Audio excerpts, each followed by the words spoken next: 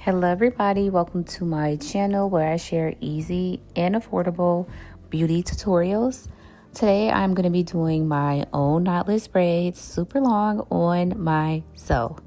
Of course, this is going to be a multi-day process, so I'm going to show you my best way that I get this done without giving up. So I started off in the front. I like to use all of my energy for the front, so I did that first.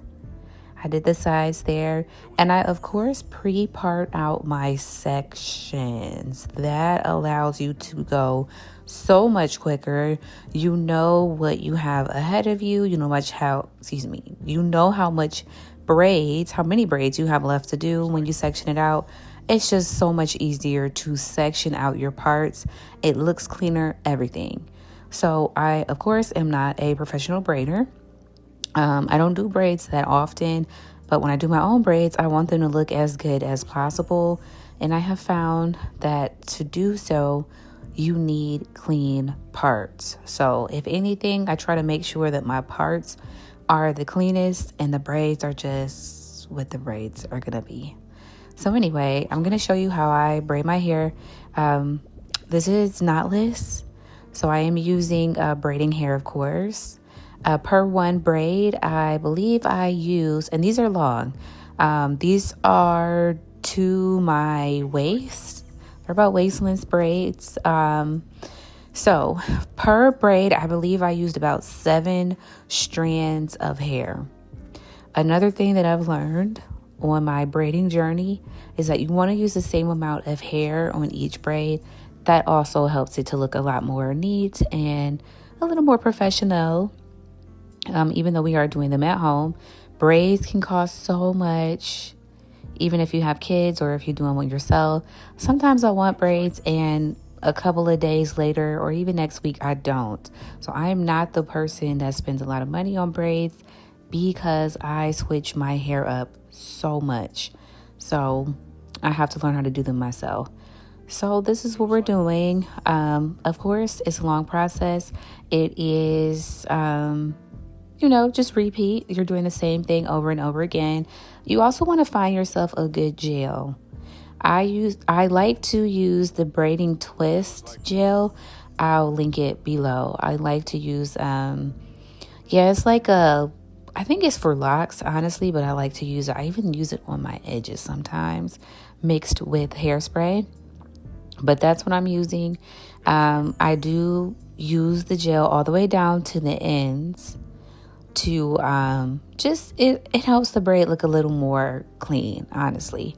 I'm also able to grip the hair a lot better with the gel. Again, I'm not a professional, so I need a lot of it for my braid to look good. And then, of course, if you can see on my little chair behind me, I have sections of hair pieced out. If you have the, I know some braiders have a little stand for their hair that they section off for the braids. That would definitely work out. I don't have that. I might invest in one though, honestly, but I don't have that as of right now.